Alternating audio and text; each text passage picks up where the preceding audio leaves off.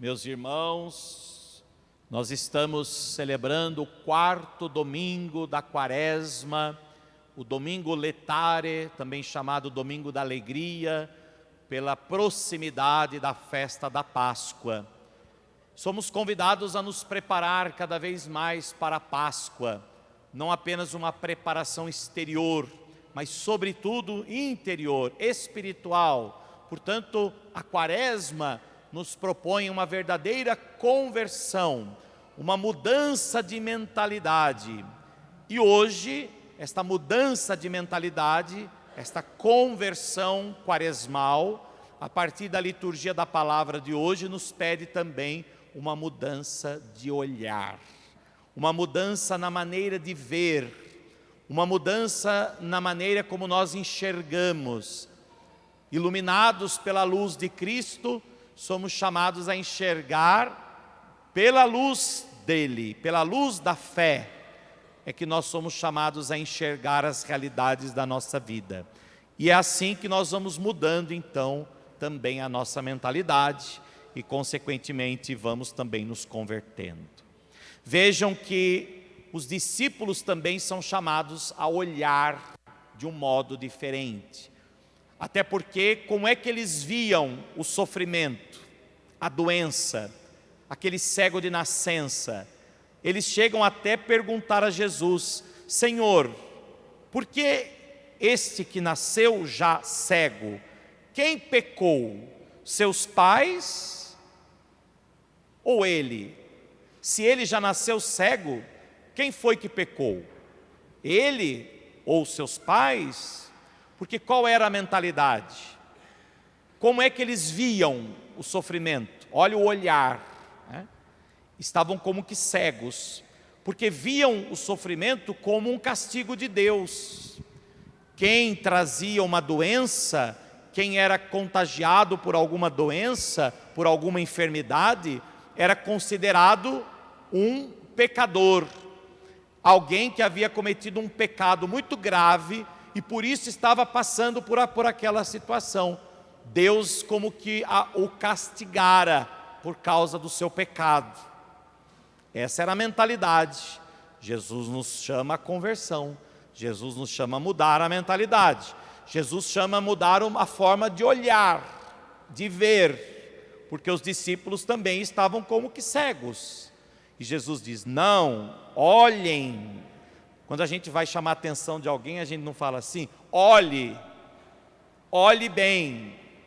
O que quer dizer isso? Mude a mentalidade, mude a maneira de ver, né?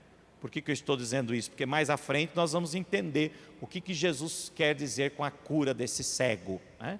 Portanto, olhem bem, nem ele nem seus pais pecaram, mas isso acontece para que as obras de Deus se manifestem nele.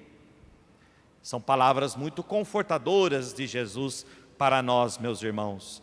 Vejam, aqui está o primeiro ensinamento do Evangelho de São João, né? Até porque o Evangelho de São João tem muitos significados. E o primeiro significado, logo no início do Evangelho, é justamente esse: perante o homem, marcado pelo sofrimento, marcado pelos males, Jesus não pensa, Jesus não olha, não pensa nas eventuais culpas que esse pecador possa ter, mas Jesus pensa na vontade de Deus que criou o homem para que ele tenha vida, vida plena, vida eterna, salvação, saúde do corpo e da alma. Por isso é a forma como Jesus vê os pecadores. Jesus não vê a nossa culpa, mas Jesus vê a capacidade de poder curar os pecadores, salvar os pecadores. Portanto, olha a mudança de olhar, olha como Jesus vê. Como é que a gente vê um pecador? Já perceberam? Quando a gente sabe que alguém fez uma coisa muito grave, ao invés de olhar a pessoa, parece que a gente não está vendo a pessoa, a gente está vendo o ato dela, o mal que ela fez, o pecado dela, não é? Jesus não olha para as nossas culpas, eventualmente para as nossas culpas, mas Jesus age de acordo com a vontade de Deus, que criou o homem para salvá-lo, criou o homem para redimi-lo, criou o homem para o paraíso, criou o homem para a vida eterna, para o céu. Portanto, Jesus vê a partir da escolha que ele fez, que é de salvar a humanidade. E aqui está, meus irmãos, então, o ensinamento também da liturgia de hoje para nós. Cego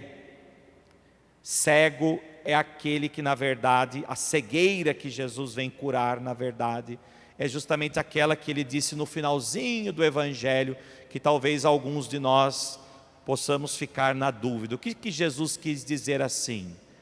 O que Jesus quis dizer? Se fosseis cegos, não teríeis culpa. Mas como dizeis, nós vemos, o vosso pecado permanece. Jesus está falando para os fariseus. Jesus está querendo dizer, olha, se vocês realmente fossem cegos, se vocês realmente fossem cegos, vocês não teriam culpa. Mas como vocês dizem que vocês estão vendo, então o pecado permanece. Porque os fariseus estavam vendo errado. Eles não conseguiam enxergar sequer Jesus.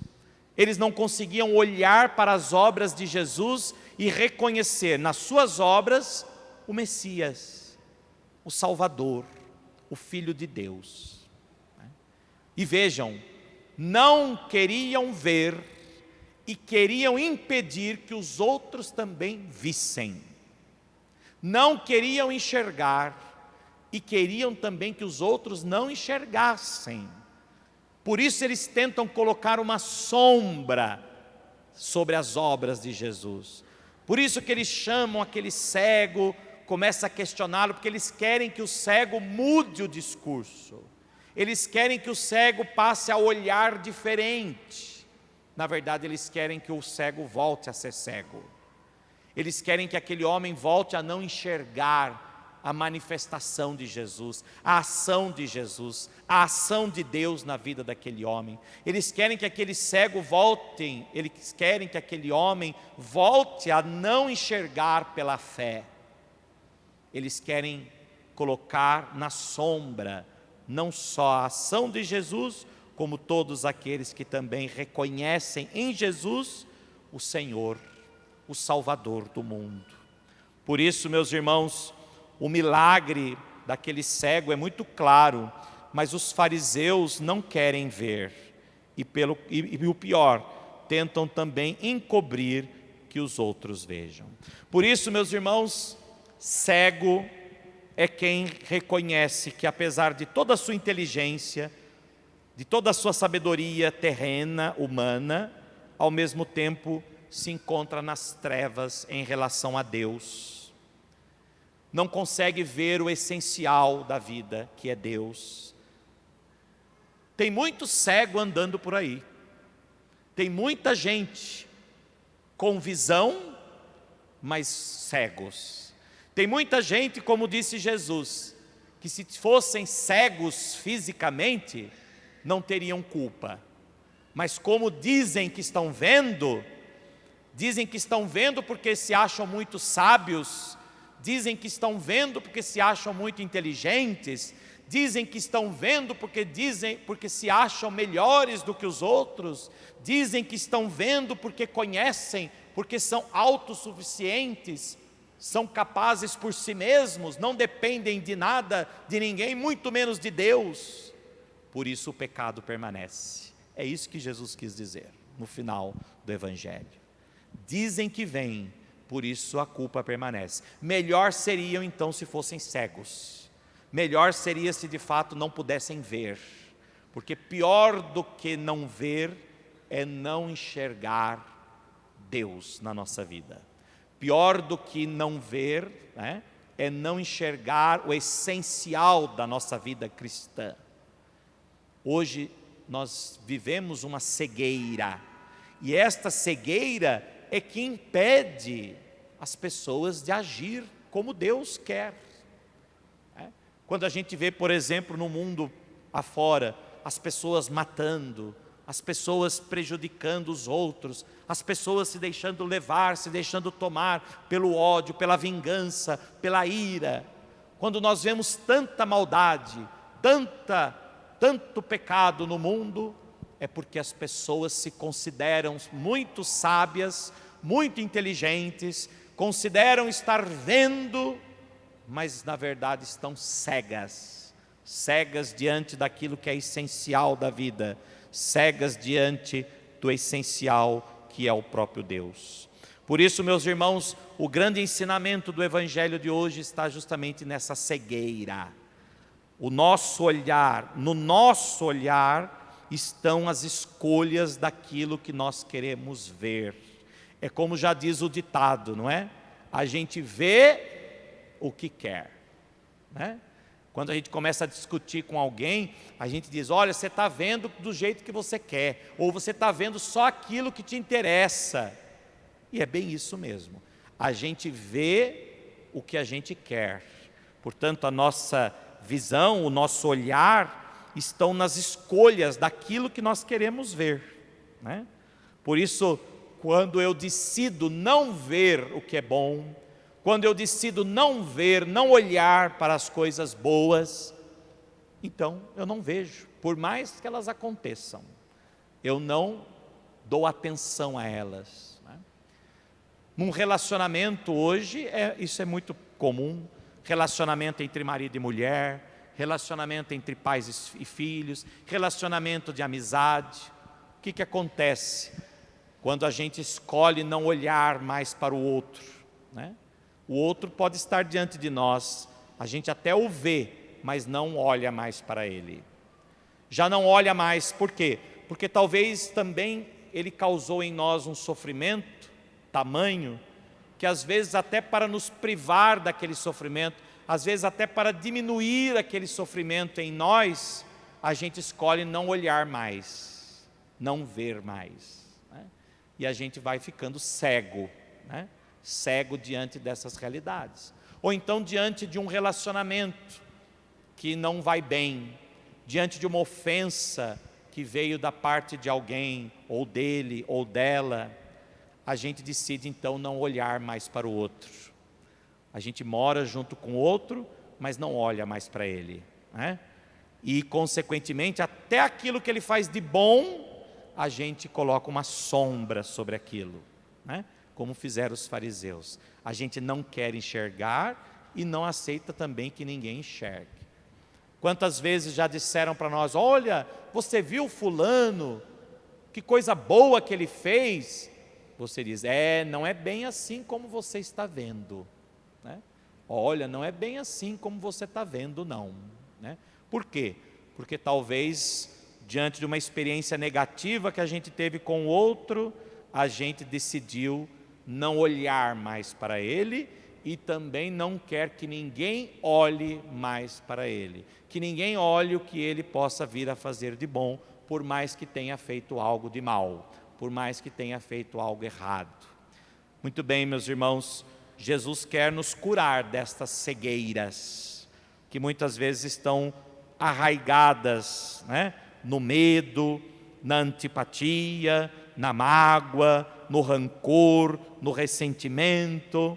Portanto, quanto mais arraigado essas realidades, esses sentimentos estão no nosso coração, mais difícil se torna enxergar, mais nós nos empenhamos para não ver, né?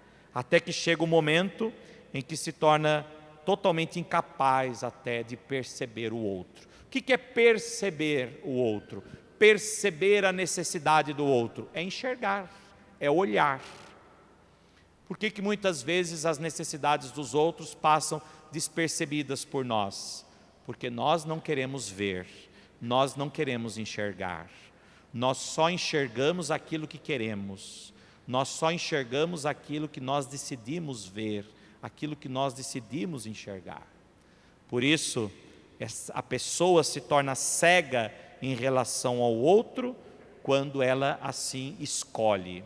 A pessoa se torna cega também em relação a Deus, quando ela prefere enxergar as coisas que não são de Deus, porque essas coisas convêm mais, essas coisas dão mais prazer, essas coisas elas me dão mais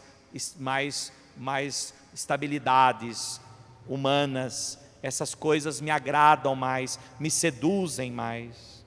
Portanto, meus irmãos, a conversão exige de nós então um novo olhar, abrir o coração para Deus, abrir o coração para a justiça, para o amor, para podermos então olhar de forma como Deus espera de cada um de nós.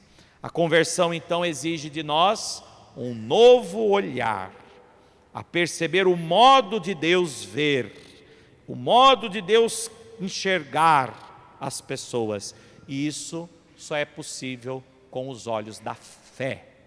Enxergar com os olhos de Deus significa deixar-se iluminar por Ele, e iluminados por Ele, nós passamos a enxergar segundo a sua luz, segundo a luz de Deus, e não pelas trevas. Por isso, vejam, a primeira leitura de hoje diz: o homem vê as aparências, mas Deus vê o coração. Essa afirmação da primeira leitura de hoje, ela é confortadora, nos conforta, mas também nos traz um certo temor. Por quê? Deus não vê as aparências, o homem vê as aparências, mas Deus vê o coração. É um conforto, porque diante do julgamento de alguém, quando o outro faz um julgamento errado, um julgamento injusto sobre nós, então a gente diz: Deus está vendo, não é isso? Deus está vendo, porque Deus vê o coração. Então Deus sabe da nossa intenção real, sincera, verdadeira. O outro disse que eu fiz errado, que eu fiz para prejudicar, que eu fiz etc, etc. Mas Deus sabe exatamente que não. Isso é um conforto. Mas do contrário também, eu posso dizer que eu fiz certo, eu posso dizer que eu estou fazendo corretamente, eu posso dizer que amo a Deus, eu posso dizer que Deus é o centro da minha vida, mas será que realmente o é? Deus saberá, porque Deus vê o que está dentro do coração. Será que realmente Deus é o centro da minha vida? Deus sabe se realmente o é. Eu posso dizer que Ele é, até diante dEle, eu posso dizer: Senhor, Tu és o meu Senhor, Tu és o meu Deus, Tu és o centro da minha vida, eu Te amo sobre todas as coisas. Mas às vezes só da boca para fora, lá dentro do coração são as coisas do mundo, são as coisas sedutoras deste mundo terreno, são as paixões, enfim, lá dentro do meu coração, o que ocupa o centro dele são outras coisas e não a Deus. Deus saberá, porque Deus não vê as aparências, Deus não vê o que você diz da boca para fora. Você pode até dizer que o ama como expressão, mas nem precisa dizer que ama a Deus, porque Deus sabe que você o ama se você de fato o amar. Porque antes da gente dizer que ama alguém, a gente primeiro tem que sentir que ama alguém. Hoje muitas vezes nós vemos o inverso, vemos as pessoas dizendo eu te amo, mas na verdade isso é uma mentira, é uma grande mentira. Deus vê o coração, o homem vê as aparências. Tem muita gente que precisa ouvir isso, precisa ouvir o outro sempre dizendo eu te amo, eu te amo, eu te amo, né? Mas vive das aparências, né? Se tem uma coisa que hoje influencia muito o comportamento do homem, é as redes sociais, as aparências, né? Se coloca lá, né? As aparências. Por que se coloca lá, né?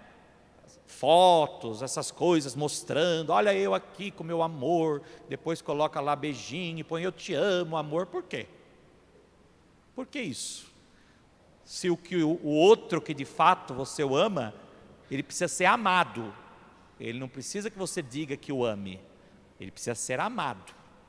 Hoje nós vivemos muito mais das aparências do que verdadeiramente do essencial que está dentro do coração do homem. Deus vê o que está dentro do coração. O homem vê as aparências e muitas vezes até se torna escravo delas.